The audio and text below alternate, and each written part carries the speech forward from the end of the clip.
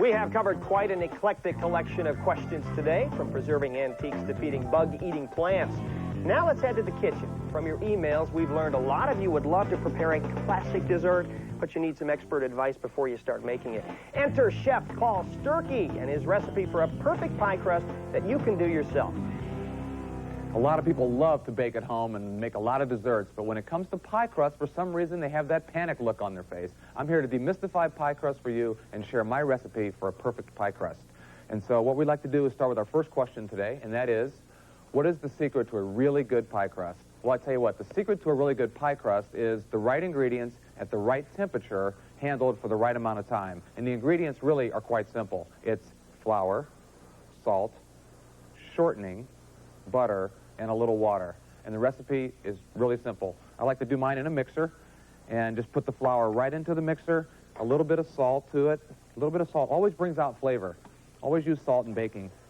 And you just want to mix those up together just to get them started. And then this brings us to our next question, and that is, does it matter what type of flour I use in my pie crust? The answer is absolutely. All-purpose flour is the flour of choice for pie crust. What it is, it's a combination of bread flour, which is a whole lot stronger, and then pastry flour, which is a little bit weaker, and combined together, they make for a perfect texture in a pie crust. Okay? So what we're going to do here is next is add the shortening, and a lot of people use all butter. I like to use shortening because it helps you in the handling process, especially if you're in a humid climate or your kitchen's a little bit warm. The shortening actually helps the process a little bit. So what you want to do is just get those going. This could be a little messy there. The flour jumps out. You could have to pulse it off and on just a little bit. And what you want to do is bring this mixture together just so it makes what they call a little crumb, just to combine those flavors together. And this brings us to another question, and that is, how long should I mix the pie dough? Well, that is an excellent question. We said at the top of the show here that it's going to be, handling is going to be a real key to your pie crust.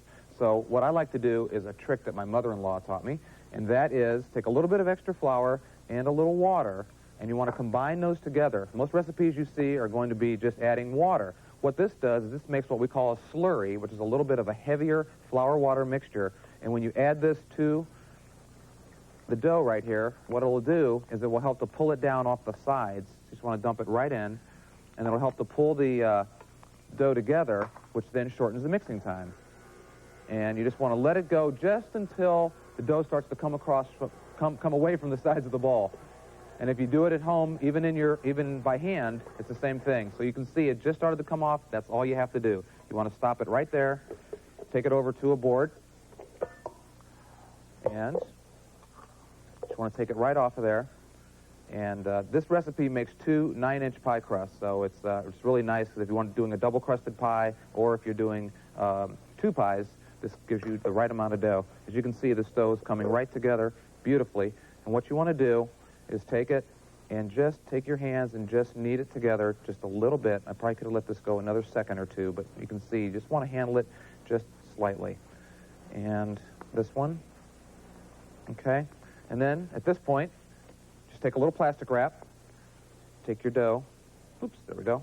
Take your dough and put it in there. You don't want to touch it with your hands. You don't want to heat it up too much. You can just kind of flatten it out like that, and you want to put this in the refrigerator for about 30 minutes or so. You don't want to let that butter firm back up again before you get into the rolling process. And I have one here that we've already rolled out. I'm just going to move this to the side. And our next question, is there a trick to rolling out pie dough? Well, there is definitely a trick to rolling out pie dough. In fact, there's several little tricks to rolling out pie dough. What you want to do is make sure your board is nice and clean. And then you want to take a little extra flour and put it on the board. Put your pie dough down, and then you can actually add a little bit of flour onto your rolling pin as well. You want to roll the dough out. See, that means it's a little bit wet, so you can add a little bit more flour. You want to roll it one direction, take it, give it a quarter turn, 90 degrees, check for flour underneath there again, so make sure that doesn't stick, roll it out again.